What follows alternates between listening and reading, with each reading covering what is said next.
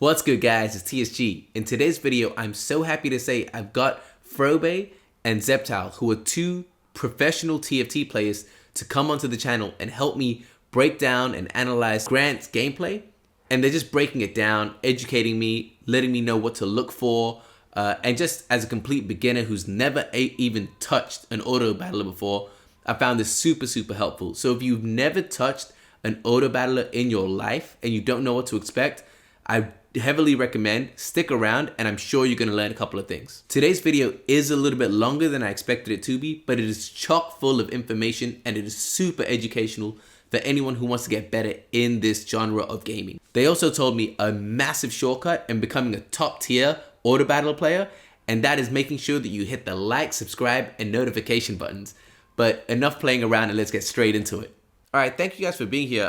In today's video, we have Frobei and Zeptyle, both pro TFT players, and they're just gonna help out watching this gameplay with me, analyzing it, and we're just gonna break down some of the stuff. And me being a non-TFT player, Autobattler player at all, they're just gonna try and help me understand what's going on and just give us some pointers for those that haven't played. So how are you guys, man?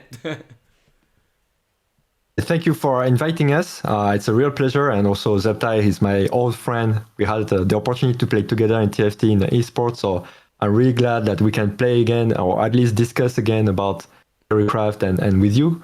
So it's going to be a real pleasure. Yeah. Yeah, thanks for having us. Yeah, no.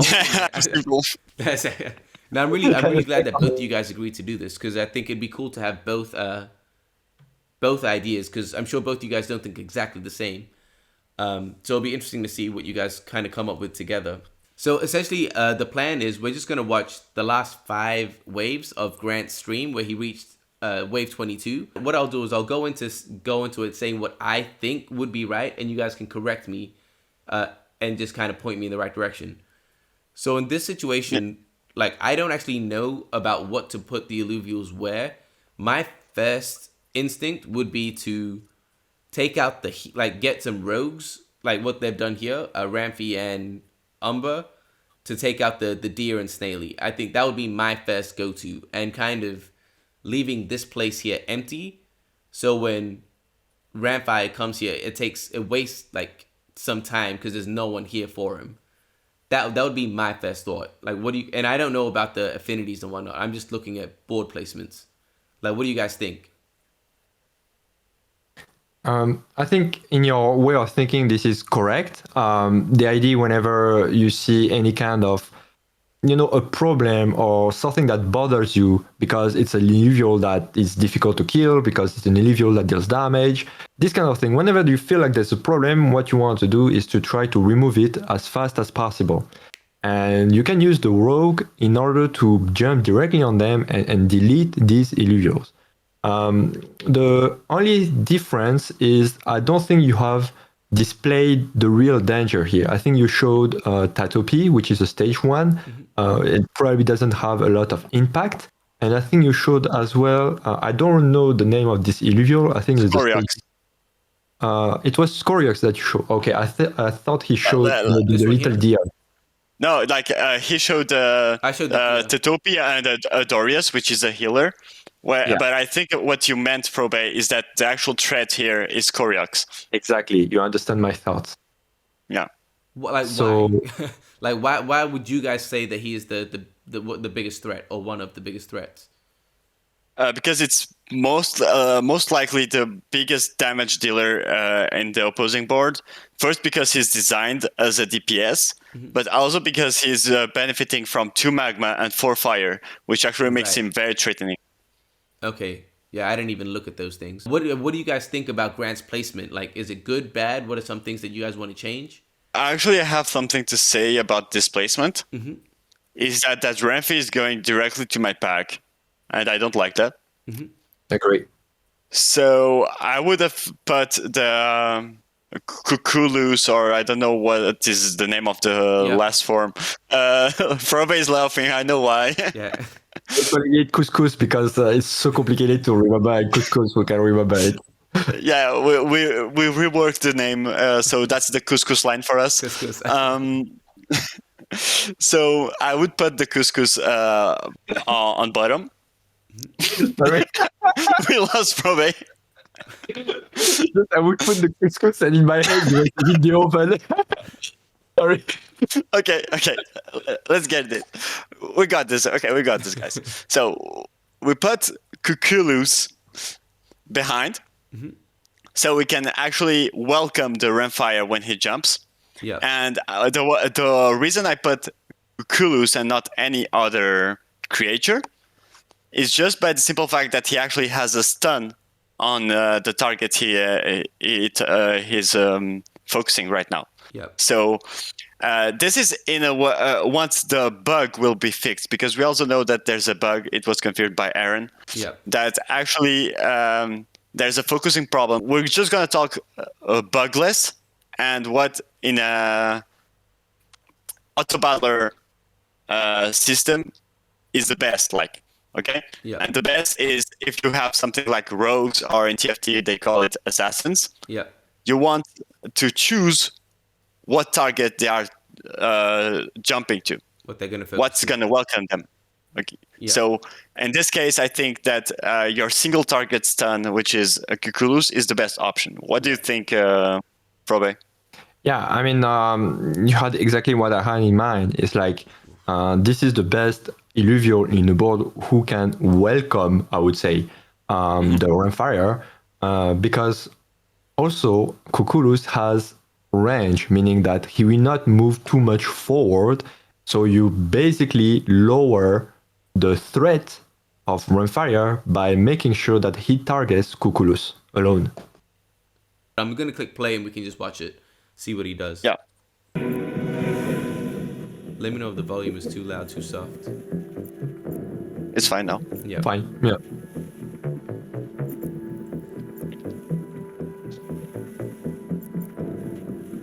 Maybe we can talk about the synergies a bit after. Yeah. 'Cause I don't know anything about the synergies, to be honest. Like, because I hear you guys like saying, "Oh, this is gonna be good against this," and I just have no clue. Oh, yeah. Yeah, he's completely Well- changing the board. Yeah.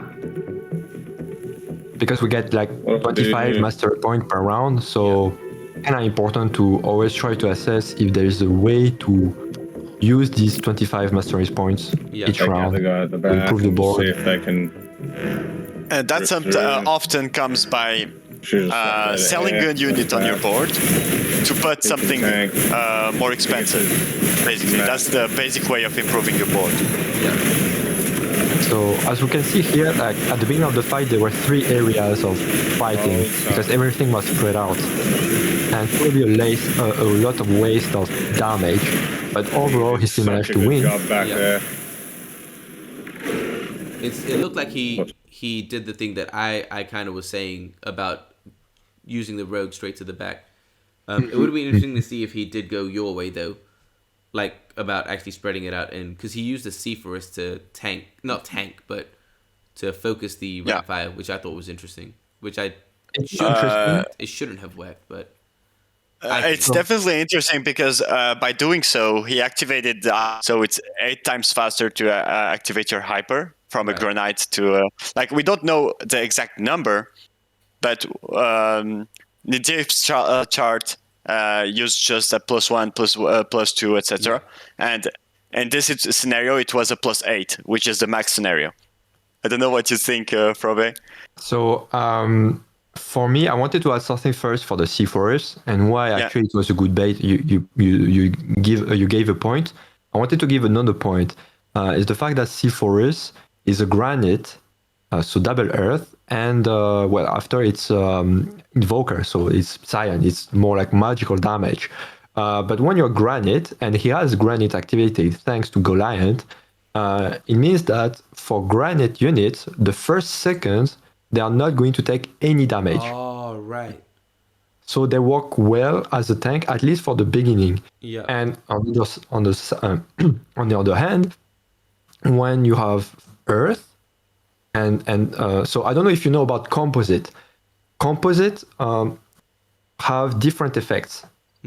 So whenever granite is activated, like you need 2 for that, and the effect I just talked about being invulnerable for the first seconds works. But there's like another that's an thing. innate effect. Yeah. Okay. Exactly. There's the innate effect, which is any granite has it just by being there. No need to activate the synergy. And there's an effect of the synergy when you activate it. That's how composites work. Okay. And also, for granite, you can see a little 4 next to the earth, the small. Yeah. So it means that this granite has 4 earth, because in total you have 4 earth. So for each earth, granite units will gain a slight, just a small number of defenses, like armor and energy. So you have invulnerability, you have granite that gives more defense, and you have earth that also gives more defense. Yeah. All of that makes that Seafarers has a lot of armor and also a lot of energy resistance. I think it's called like this. Yeah.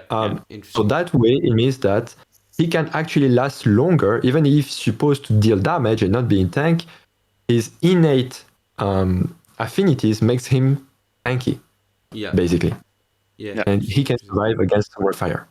Interesting. Yeah, man. Okay, because I thought it was a bad idea, but now you guys explained it. It actually makes sense. Yeah. Old team. I think he did a pretty good job.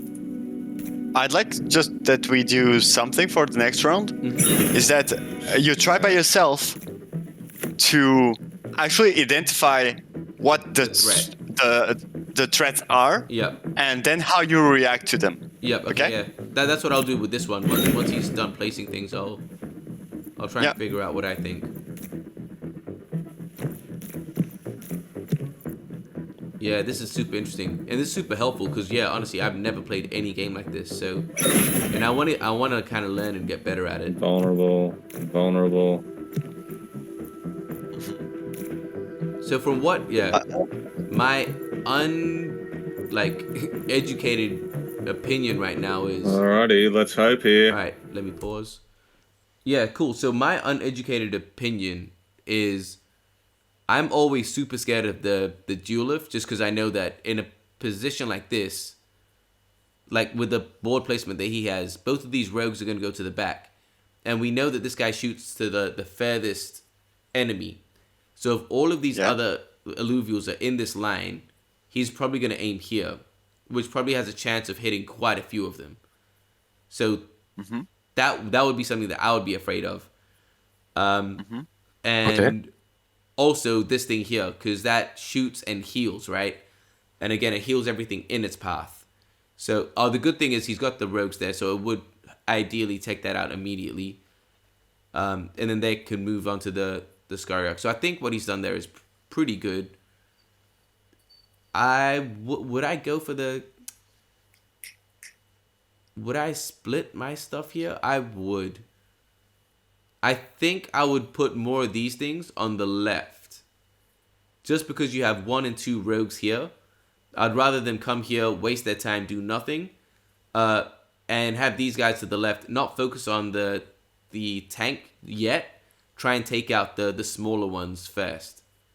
That would be my approach. Again, I think going back to what you said, it looks like the right side with Cuculus and Titanal, it seems like a stronger side.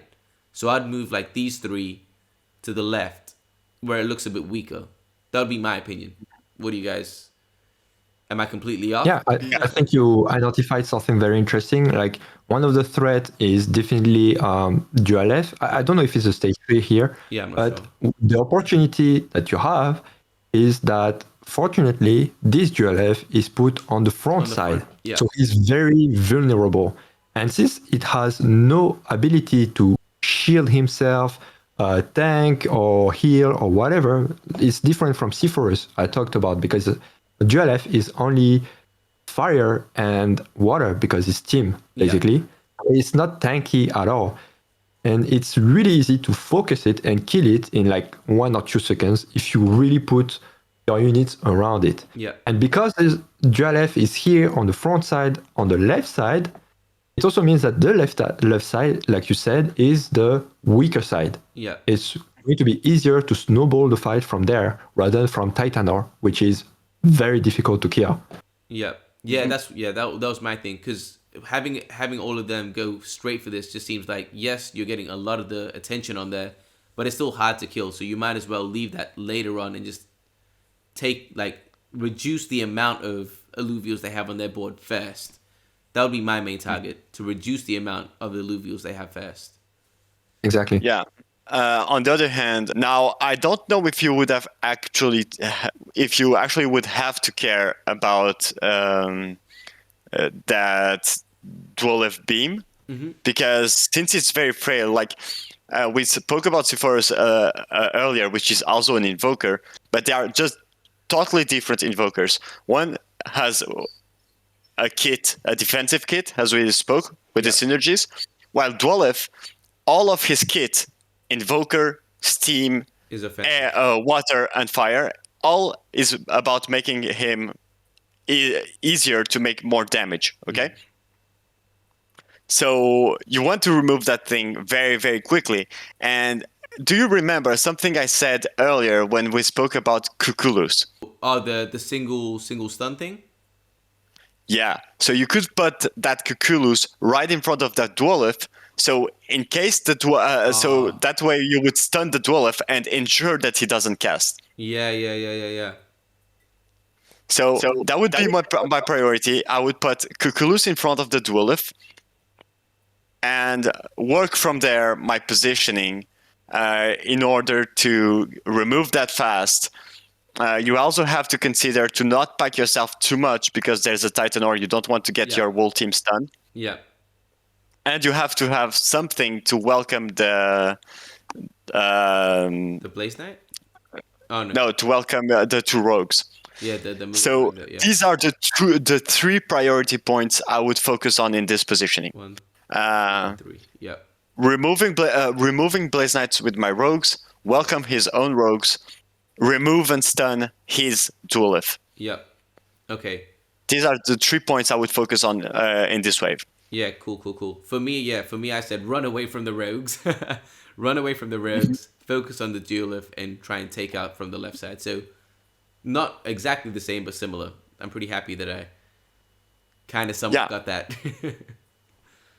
All right, yeah, let's watch this. Blaze the Knight out. Send him out. It's funny hearing his voice. Yeah.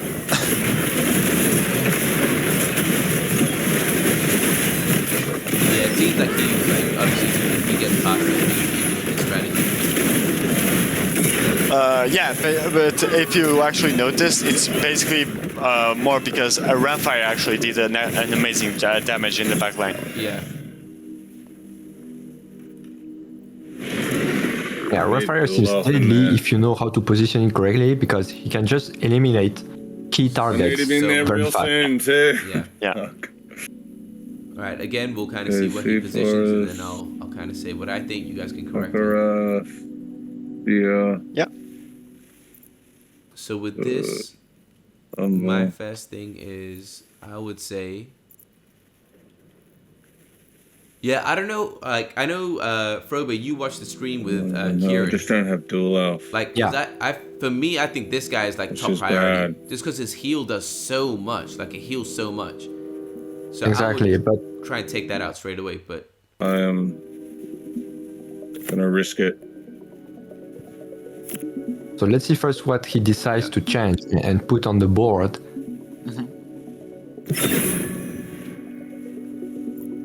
He doesn't have. Okay, so now we have double steam. And 6 Scions and 2 Invokers. That looks very good on the paper. Yeah, offensively, it's very good. Now, the question is, will his frontline actually stand? Because Adorius plus Titanor seems very, very tanky. Adorius, Titanor, like, having something like Adorius healing a Titanor, like, it really scares me. Yeah. Not gonna lie. Yeah, which is why I was saying that I would be going for Adorius straight away, because you don't want to be extending the game longer than you have to. Again, when I say this, like anything about the board placements and like composites, I'm just saying identifying what I think is a threat. Yeah, I mean, actually, he did position his dual left very well because in his dual left line, he has the Adorius and Scoriox. Yeah. Okay, which are the two main targets, I would say. Yeah. But then I would make that my Cuculus would go to the Adorius.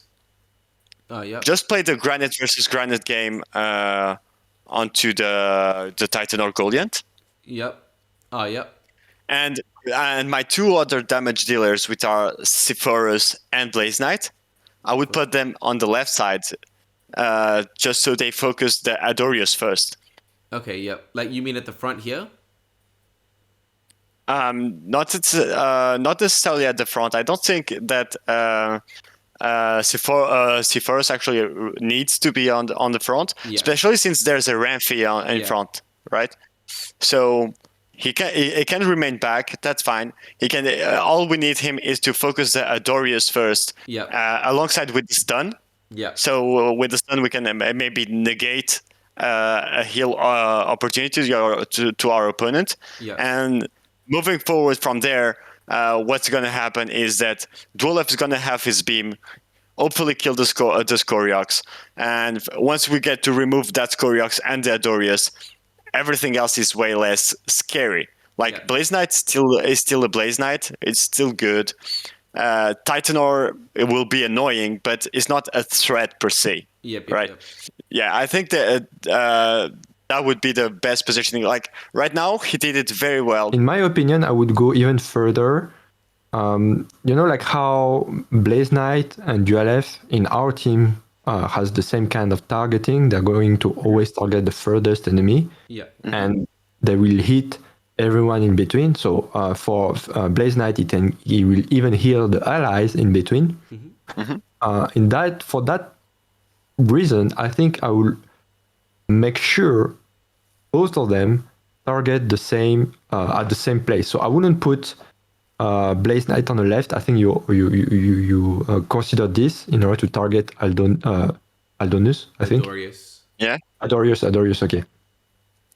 And so I would keep them like exactly where they are. I would switch, like you said, Goliath and Cuculus, like you offered. I think it's really good. And I would make the two rogues jump on the left, because here how I can see it is that the rogues from the left, plus the fact that Dualef and Blaze Knight are going to basically one-shot the Scoriox, because everyone is going to focus it, then little by little they're going on Blaze Knight, then Aldorius, and they're going to make the snowball effect from backward. Yeah. Yeah. While the tanks, exactly. Like having the rogues on the left side and all of your AoEs going to that same side, you create a big area of danger for your opponent. Yep. And that's something when we will go deeper into the PvP stuff and stuff like that, or even right now for survival, you have to identify the areas of danger. Yeah. Either on your side or on the opposing one. Yeah. And what Frobei is really talking about is create one very big, large, very aggressive area of danger on the opposing camp, where that Scoriox and Blaze Knight are. Yeah. So Frobei, you would say like leave these here or move them even further left to target Scoriox straight away. And Umbra you put really on the corner, because having a Ramfire not necessarily in the corner but a bit close to it is great, because he has an area and he has an AoE effect, so he does massive damage around him. And it's kind of a shame to put him in corner and having half of the area being out of the board. So, of course. So that's why I'm thinking like keeping it slightly in the middle, not too much. Instead of Umbra, it's perfect. Yeah. Okay. And Umbra you can put really on the left, because he's more like targeting one unit per unit. Yeah. Yeah. All right. Cool. I think. Interesting. It's interesting that both of you guys have similar thought processes.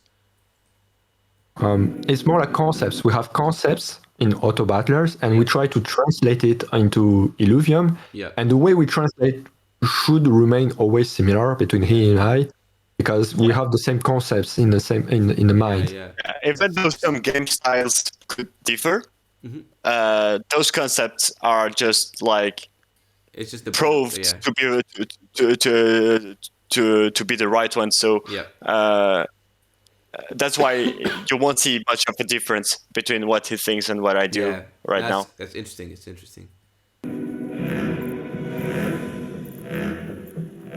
Like in more specific cases, or more complex ones, there can be situations where we could disagree, but we would disagree not because one is right and the other is wrong, but just because at the end of the day it's just a choice.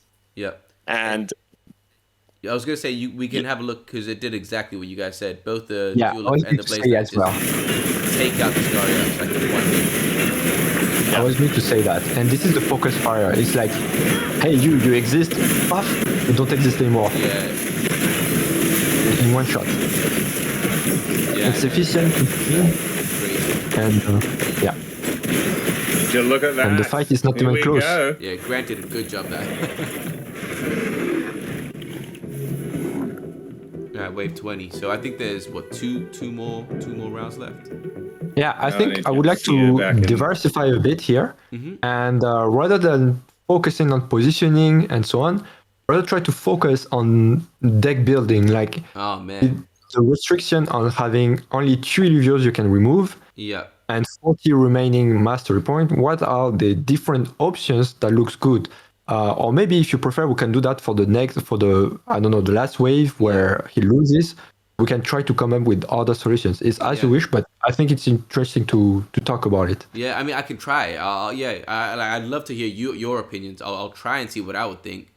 But yeah, because like I said, I don't know about these things. But let's have a look. We'll have a look. So what these guys right now have? They're heavy on nature and earth. So fire is obviously good against nature, and what's good against earth? I actually don't even know this. Water? Yes. So Yes. You'd be looking at a steam, right? Steam would be useful here. I think Steam is almost neutral because Steam includes fire as well, which is weak against Earth. Okay. So fire would be good for nature, but then, that's interesting then. Okay. So I wouldn't even know what to take out like in a situation like this. Okay. I think to make things easier for you is first to try to recognize what is the utility of the synergy, either affinity or class. What is its utility? For instance, if we look at Cyan, or we can look at the left. So the team has 6 Cyan. The effect of having Cyan is that the Cyan units are going to have more Omega power. Yeah. Omega power just means that the spell they cast will just be stronger. Yeah. More shield or more damage or more heal depending on the effect, of course. So when you look at Cyan, you have to think, okay, Cyan are for the units deal damage with their spell, not their basic attack. So it's more like magical, units. Okay, fire. So first of all, it's an offensive class. Yeah. Fire is affinity that allows, if I remember correctly, fire units to deal more damage on their first attack after they cast a spell. Okay. For instance, Ramfire will deal his massive AoE, and after when he's going to attack normally, he's going to have increased damage. Yeah. So it's more damage. Again, something offensive. Earth, like I said earlier, it's a synergy that grants defenses, armor and energy resistance. So it's more like a defense class, affinity. Yeah. And if you look at all of them like this, you have to understand that, okay, he's heavy on damage, or he's heavy on tankiness, or he's heavy in utility, and so on. Nature is like nature units will regenerate a lot of health when they are starting to get. Yeah, exactly. So instead of trying to, be overwhelmed by every effect of everything, because you have also the composite and everything. So I can understand. Try rather to make things simple. Cyan, damage. Fire, damage. Earth, tankiness. Air, tankiness, and so on and so on. Yeah. And when you look at this, for instance, when I look at the synergies of the enemy team, I see nature, I see bulwark, I see empath, I see earth. I'm like, holy shit, Super this is tanky. tanky as hell. Yeah. Exactly. Okay. So how would you combat tankiness? Would you go even more damage? Would you try and battle it with? That's always the part that's difficult to tell, because when you have a tanky team, you can decide to say, hey, I want to build a tankier team and say, I'm going to win it just because I'm tankier or because I have more healing or whatever. Yeah. Or you're like, I want to deal tons of damage, like so much damage that even the tankiest team cannot tank it. Yeah, So you have okay. both choices. Yeah, And yeah. when I look at the left, when I see six cyan, 5 fire, I kind of think, and 2 invokers, I kind of think that this is more like a very heavy damage team with Dual F, Blaze Knight, and Runfire and Umbra. Like these are heavy damages. Yeah. So I think we can try to take the bet of I'm going to deal so much damage, Yeah. and even the tankiest team cannot tank it. Yeah, because he's already heavy on the damage, it doesn't make sense to change it completely. It just makes sense to just stick with that plan, right? Yeah, but you can actually improve that plan. Yeah. Try to figure out how. There's actually at least one good answer I see on screen. Yep. Oh, you're asking me? Yeah. I would. Again, this is my opinion. I would. But what is? That's an empath. Do we have any empaths? I would try and trade something out. I don't know what I would trade out for an empath, because my opinion is we have a lot of damage. Like, we're already very offensive, and we're up against a tanky team. So I would find someone that can heal to make our damage dealers last a bit longer. That would be my opinion. I'm sure it's Okay. wrong. I'm sure it's wrong, but One thing is when you look at those lists on the right and left side, yeah, empath, you said it. You have 2. You can try to go to up for 3. Yeah. Rogue, you only have 2 rogues, so you're not actually getting the rogue effect. Yeah. And same actually for fighter. So those are things you have to keep in mind. Okay. yeah, When you try to improve your team, look on the left side, look at your bar, and see what synergies you can improve. In this case, I would go with the assumption that I, just like Frobei said, with 6 Psion and a lot of fire, I would go with the assumption that I'm going to deal so much damage that my opponent just won't be able to overheal me. Okay. And in order to do so, I would like to remove Kukulus Yep. in order to play a Skorios Okay. instead. That way, I would feel a little bit less tanky. Yep. It's But true. crazy damage. But I would give 6 fire damage to Runfire, Dwelleth, and Blaze Knight, which are actually my 3 damage dealers. Yeah. So once you looked at the synergies, look also what Illuvials benefit from them. Right. Of course. And right now, this is interesting because the fire trait is does benefit to all of your damage dealers. Like, all of your damage dealers are fire. Yeah. So include bringing in one more a fire damage dealer, which is also a Psion, which will just make things so much stronger. Another thing is by doing this swap is also that you will get the 3 fighters for your Blaze Knight and Renfire. Yeah. Yeah. Wow. Crazy. Crazy that you So- talked about all of that so quickly. Actually, I would have added something even better. Is that we can switch, the weapons of the ranger. Yeah.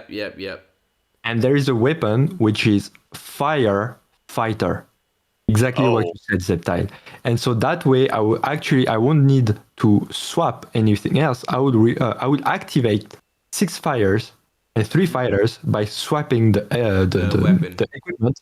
Yeah, the weapon, sorry, of the fighter and I would keep the 40 gold remaining to add, for instance, Cuculus to activate 3 air and 3 empath. That way we have the offensive synergies which are activated, and we add a bit more tankiness and utility to the team. I think this is more optimized, in my opinion. But Yeah. I like it, but we know actually Grant doesn't. Change the weapons. okay. Yeah, But you he guys changed know it why. because this the ranger has a He's got a shield. He has changed it, yeah. Yeah. So that and something I wanted to know, like, let's say you went for. So you told me you were going for the empath Aegis, empath bulwark, which is Arcos, right? No. What he said was For Cuculus in the deck that just in the middle. Cuculus that we thought was called Cuculus is probably not Cuculus. It's another name, and Cuculus is just the stage. no. I think it's Kukula. I think it has a somewhere in this name. Maybe. It's so weird. Okara, I think maybe. Yeah, maybe. Then I was thinking about Scoriox, but something like changing or adding in just Arcos to bring in Bulwark and Empath by the same time. Mm-hmm. It's actually something of are two very viable options. Yeah. It looks good because actually in front of us we can see that there are 3 rogues. Having a good AoE healer is a good counter to the rogues in general. So that looks very good actually. Mm-hmm. Okay. Interesting. All right, I'm gonna start this round. Yeah. I feel like I have so much to learn. Maybe. Like, subscribe. Do I go heal or the invulnerability? That's what I Don't don't forget to know. subscribe. Yeah. These two are working really good. And together. hit that They're damn like tanking button. the back line. I can get. Yeah, I feel like I Even have more so shots much to off. learn, man. It seems like it's so crazy. So what? So that would have been good as a Arcos. Yeah. Instead of spending that 40 on another granite. Up here. She's really Yeah. good On at the other tanking. hand, Here. I He's got really tanking hope him. his rogues won't remain behind. jumping there. I can probably. I need to tank him here and hope. There's a lot of hope in Grant's decision making. But it's fine. We don't bet anything on our reputation. I wanted. Yeah. Oh, stun. This could be bad.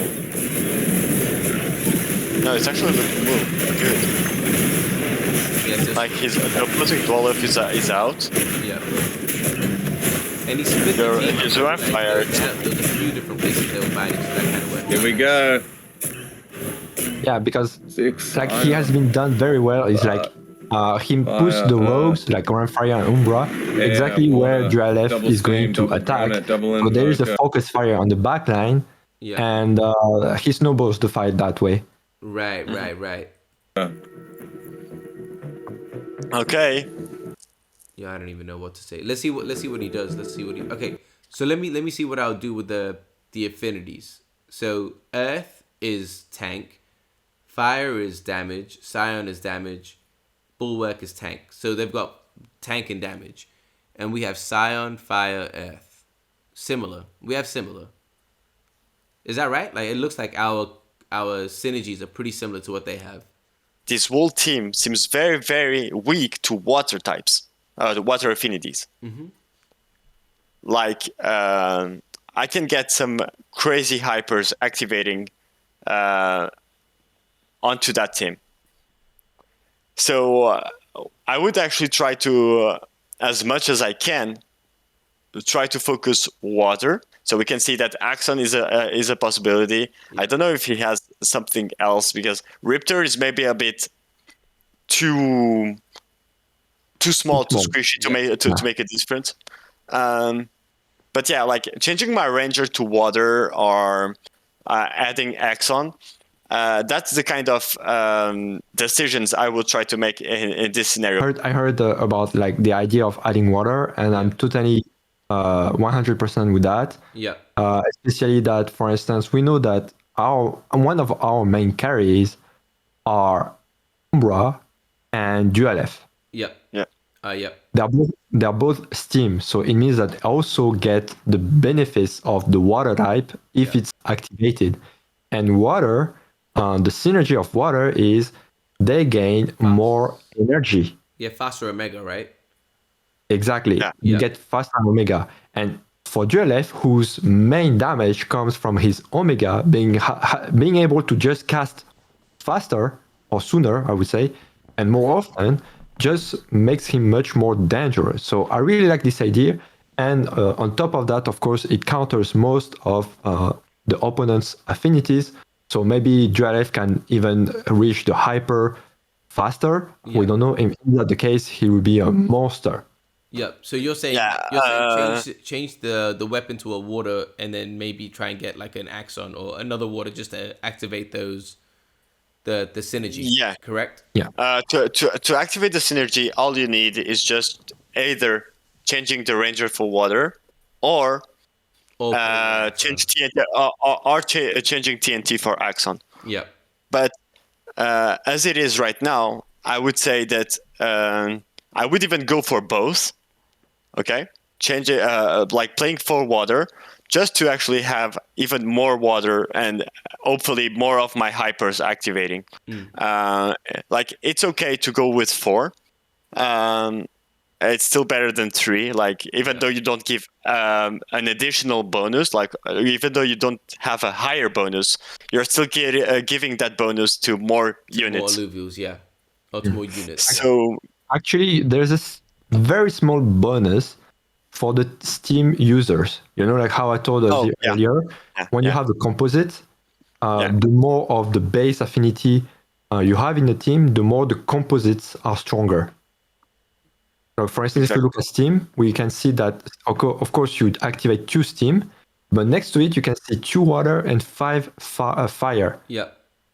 These affinities, basic affinities, strengthen the Steam, and having 3 or 4 waters is going to make the Steam users better than 2 waters like it is now. Yep. Yeah, definitely. Okay. That's something I would go into because I really feel like the hyper system is what can save us in this game. Yep. And I would also like once again put Kukulu's back because I don't want that Ramfire to actually come to my carries. Yeah. All right. Interesting. All right. I'm gonna play this round. Yeah. But yeah. So water. There it I is. didn't even think about that, but that makes a lot of sense. What can I do here? Yeah. What does he do? Yeah, because water has big strength against earth and strength against fire. Yep. So when we see Granite from Titanor, we already spoke. It's the max bonus, and then you get some crazy bonuses as well. Like let's say on Ramfire, you are still getting a +4 bonus. The Ramfire. Scoriox is it's a +6. So you're just getting very high bonus from water in this scenario. So I would definitely try to focus on that. I can try to see if DualF will manage to get a hyper super fast or not. Yep. Not on Titanor, but probably from the Magma guys. Or not even the Magma ones. One shot. Well, we can't see that DualF got 1 shot. Yeah. And because of that fight, it's kind of close. Super close, actually. Yeah. No! He loses, no? No! He loses one. Yeah, he loses Yeah, this that one. was the one. Okay. I think we identified why. Is that we talked a lot about how DualF needs to be super well accompanied with other affinities in order to make sure that he will deal the most damage. Yeah. But of course, if he dies too fast, then all of that is Wasted. useless. Yeah. Wasted, exactly. So, and that's why he lost the fight. So you're saying that the reason that the main factor of what team wins is the duel of that lets off the Omega first, right? Yeah. Yeah, I mean, that's one of the biggest factor. Of course, there are a lot more others, but the fact that our GLF didn't manage to cast even once and deal a lot of damage, Yeah. then of course we lost that our main damage dealer, and because of that, we didn't have enough damage after to clean up the board and win the fight. Yeah. Yeah. All right. Now that's interesting. I think I learned a lot from this. Yeah. Anything Like you wanna add? this is a mistake that nobody wants to make. It's the fact that there's something really threatening on the opposing board, like a Ramfire. You want to have your carry as far away from that as possible, not just like, oh, there's Goliath right there, so it's fine. No, we saw it. It's not fine at all, right? Yeah. So yeah, that's something that people have to really worry about. I would maybe even just put my Duelif like far right, and then try to protect him with Blaze Knight. Yeah. Because Blaze Knight will stay ranged, and he can actually heal himself, so he can tank. So he can tank something like a Malura for a bit, right? Yep. So that's the problem. Like right now, we spoke about the water improvement, but here on the positioning, this one was mainly lost to positioning because of that Wallef dying in like the 4 per second. Yeah. Something like that. Yeah, I mean, it's a shame because for many rounds we praised how he managed to focus fire Dual F with Blaze Knight, with the rogues, and like how he positioned very well together, one on right side, the rogues on the left side, so they can attack the same group. Yeah. And here he decided to not do it, and you can see that he immediately lost. Yeah. So it's a great way to see it, how much impactful this is. And this is a great example. Yeah, and it's also a very good example of what makes actually a competitive player successful is that regularity, like the consistency. And that's actually where Grant failed, is in consistency. He has been very, very good in many rounds. And right here, we can tell it. He just messed up in this round. Yeah. Which is why he lost. Yeah. I think Karen will be happy to hear that you said that Grant is not competitive. Oh, that's not what I said. That's what I heard. It's recorded. Goodbye. But yeah, all right. Anyway, thank you guys, man. This video went on way longer than I thought it was gonna go.